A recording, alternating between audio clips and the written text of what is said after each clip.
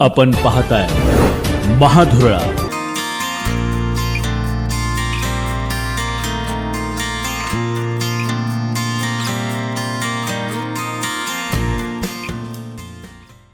नमस्कार. महाधुरळा यूट्यूब चॅनलमध्ये मी गुरु बाळमाळे आपल्या सर्वांचं मनापासून स्वागत करतोय. सध्या कोल्हापूर आणि सांगली जिल्ह्यात जिल्हा परिषद अध्यक्ष कोण आणि कुठल्या पक्षाचा याचं उत्तर मिळालेलं आहे.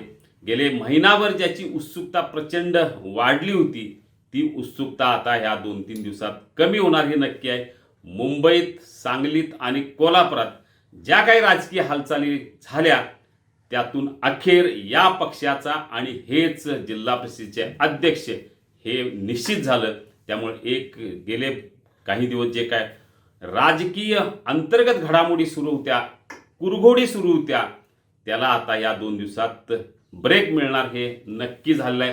आपल्याला राजकीय बातम्या हव्या असतील तर आत्ताच सबस्क्राईब करा महाधुरळा यूट्यूब चॅनल. आता वळूया मूळ विषयाकडे. कोल्हापूरचं अखेर मिटलं. कोल्हापुरात जिल्हा परिषदेचे राष्ट्रवादीचे 20 सदस्य आल्यामुळे त्यांचा नैसर्गिक हक्क होता अध्यक्षपदाचा आणि अखेर तो मिळालेला आहे. जिल्ह्यातल्या जवळजवळ 20 नेत्यांची बैठक झाली मुंबईत चंद्रकांत दादांच्या उपस्थितीत, पण निर्णय झाला नव्हता आणि तो निर्णय आता मुख्यमंत्र्यांनी घ्यावं असा सूर तेव्हा आळवण्यात आला आणि शेवटी मुख्यमंत्री देवेंद्र फडणवीस, उपमुख्यमंत्री एकनाथ शिंदे, उपमुख्यमंत्री सुनेत्रा पवार, भाजपचे प्रदेशाध्यक्ष रवींद्र चव्हाण यांच्या उपस्थितीत बैठक झाली आणि या बैठकीत महाराष्ट्रातील जिल्हा परिषदासंदर्भातला निर्णय झाला. त्या निर्णयानुसार कोल्हापूर जिल्हा परिषदेचं अध्यक्षपद हे राष्ट्रवादीला देण्याचा निर्णय झालेला आहे. कारण राष्ट्रवादीचे नैसर्गिक नियमानुसार ज्याचे सर्वात जास्त सदस्य त्याला प्रमुख पद, याच नियमानुसार कोल्हापूर महापालिकेचं प्रमुख पद हे भाजपला मिळालं, तसंच सांगलीत त्यांना मिळालं, इचलकरंजीत मिळालं आणि याच नियमानुसार कोल्हापूर जिल्हा परिषदेचं अध्यक्षपद राष्ट्रवादीला देण्यासंदर्भातला निर्णय झाला. आता राष्ट्रवादीच्या वतीनं अध्यक्ष कोण होणार ही 4 नावं सध्या चर्चेत आहेत. शैलजा पाटील, राजकुमार गायकवाड, पूजा दिलीप पाटील आणि शोभादेवी फराटे यापैकीच एखाद्यांच्या गळ्यात या अध्यक्षपदाची माळ पडेल. 17 तारखेला निवड आहे. त्यामुळे या 2-3 दिवसात राजकीय हालचालींना प्रचंड वेग येईल. आता मंत्री हसन मुश्रीफ आजपासून कोल्हापुरात आहेत. 4 दिवस ते आता कोल्हापुरात आहेत. त्यामुळे 4 दिवसात उमेदवार निश्चित होईल.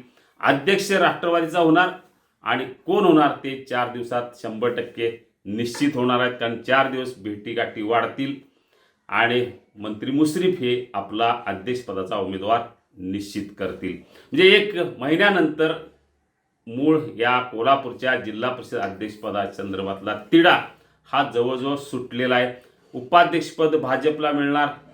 तानाजी पाटील यांना उपाध्यक्षपद मिळण्याची शक्यता जास्त. याशिवाय शिवसेनेला 1 सभापतीपद, जनसुराजला 1 सभापतीपद, शाहू आघाडी अर्थात आमदार राजेंद्र पाटील यड्रावकर यांच्या गटाला 1 सभापतीपद मिळणार हे नक्की आहे. कदाचित भाजपला 2 सभापतीपद सुद्धा मिळतील. आता वळूया सांगलीकडे. सांगलीत ही गेले महिनाभर महायुती आणि महाविकास आघाडी यांच्या जोरदार तस्सल सुरू आहे. कारण महाविकास आघाडीनं घवघवीत यश मिळवलं.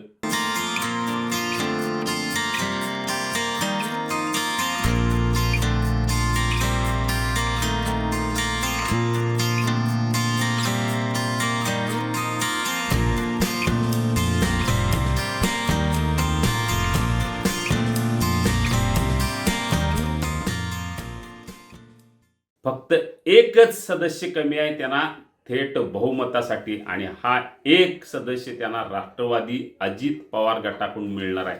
1 नव्हे तर किमान 4 ते 5 सदस्य मिळण्याची शक्यता जास्त आहे. कारण इथं काँग्रेसचे 11 आणि राष्ट्रवादी शरद पवार गटाची 19 असे 30 सदस्य आलेत. 1 सदस्य लागणार आहे. आणि राष्ट्रवादी अजित पवार गटाकडे 6 सदस्य आहेत. त्यामध्ये माजी खासदार संजय पाटील यांच्याकडे 1, माजी आमदार विलासराव जगताप गटाचा 1, माजी आमदार अजितराव घोरपडे गटाचे 2, शिवाजीराव नाईक गटाचा 1 आणि राजेंद्र अण्णा देशमुख गटाचा 1. यातले माजी खासदार संजय काका पाटील गट सोडला तर बाकीचे जे 5 सदस्य आहेत हे शक्यतो आमदार जयंत पाटील यांच्या सोबत जाण्याची अधिक शक्यता आहे. त्यानुसार हालचाली झालेल्या आहेत. कालच आमदार जयंत पाटील, आमदार विश्वजित कदम, आमदार रोहित पाटील यांची मुंबईत बैठक झाली, व्यूहरचना झाली. त्यानुसार राष्ट्रवादी शरद पवार गटाचा अध्यक्ष असेल शक्यतो संगीता पाटील, काशेगावमधून जिल्हा परिषद मतदारसंघात त्या निवडून आल्या. अध्यक्षपदाची माळ त्यांच्या गळ्यात पडण्याची शक्यता जास्त आहे. विरोधात उभारणार जतमधून निश्चितपणे जत मतदारसंघातून 8 सदस्य निवडून आलेत. त्यामध्ये एखाद्याला संधी उमेदवारीची मिळेल ती महायुतीकडून. त्यामुळं संगीता पाटील विरुद्ध जत तालुक्यात निवडून आलेल्या एखाद्या सदस्याच्या विरोधात ही लढाई होईल. कारण आमदार गोपीचंद पडळकर यांचे तब्बल 9 सदस्य निवडून आलेत. जतमध्ये 8 आणि आटपाडीत 1, म्हणजे एकूण भाजपचे 16 सदस्य आलेत. त्यामध्ये तब्बल 9 सदस्य आमदार गोपीचंद पडळकर यांचे आहेत. आणि पडळकरांचा सदस्य अध्यक्ष होऊ नये यासाठी मोठ्या प्रमाणात प्रयत्न सुरू आहेत. दुसरीकडे पालकमंत्री चंद्रकांत दादा पाटील गेले महिनाभर प्रयत्न करत आहेत की काही झालं तरी महायुतीचा झेंडा जिल्हा परिषदेवर फडकवायचा. पण त्यांच्या प्रयत्नाला फारसं यश येताना दिसत नाही. कारण राष्ट्रवादी अजित पवार गटाचे जे काय सदस्य आहेत ते त्यांच्या हाताला लागताना दिसत नाहीत.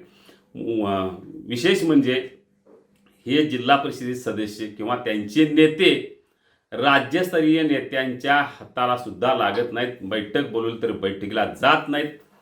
कारण पूर्वीच ठरले कदाचित की जयंत पाटील यांच्या सोबतच जायचं. त्यामुळे जयंत पाटील यांचा अध्यक्ष विश्वजित कदम आणि विशाल पाटील काँग्रेसचे यांचा उपाध्यक्ष आणि सभापतीपद या राष्ट्रवादी अजित पवार गटाला 1-2 मिळण्याची शक्यता आहे. त्यामुळे या सगळ्या घडामोडीच्या पार्श्वभूमीवर कोल्हापूरचं मिटलंय जवळजवळ आणि सांगलीचंही मिटण्याच्या मार्गावर आहे. सांगलीची निवड आहे 18 तारखेला, कोल्हापूरची निवड आहे 17 तारखेला. अजून 4-5 दिवस आहेत. त्याच दिवशी अर्ज भरायचा आहे आणि त्याच दिवशी निवड आहे.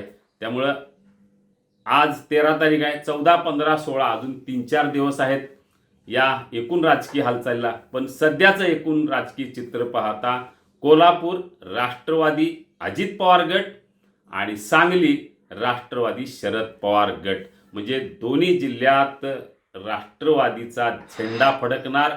फक्त राष्ट्रवादीचे गट वेगवेगळे आहेत. म्हणजे मिटलंय कोल्हापूरचं, मिटेल सांगलीचं आणि एकूणच राजकीय हालचालीत महायुतीला सांगलीत दणका बसणार हे जवळजवळ नक्की आहे. आणि कोल्हापुरात राष्ट्रवादीला लॉटरी लागणार कारण त्यांच्या जागा जास्त आल्यात. या सगळ्या पार्श्वभूमीवर जनसुराजची भूमिका आता येत्या 3-4 दिवसात काय असेल हे सुद्धा महत्त्वाचं आहे. पण त्यांना सभापतीपद मिळणार आहे. विरोध भरपूर झाला आहे. बघूया आता काय होते ते. आपल्याला अशाच राजकीय बातम्या हव्या असतील तर आत्ताच सबस्क्राईब करा महाधुरळा यूट्यूब चॅनल. धन्यवाद.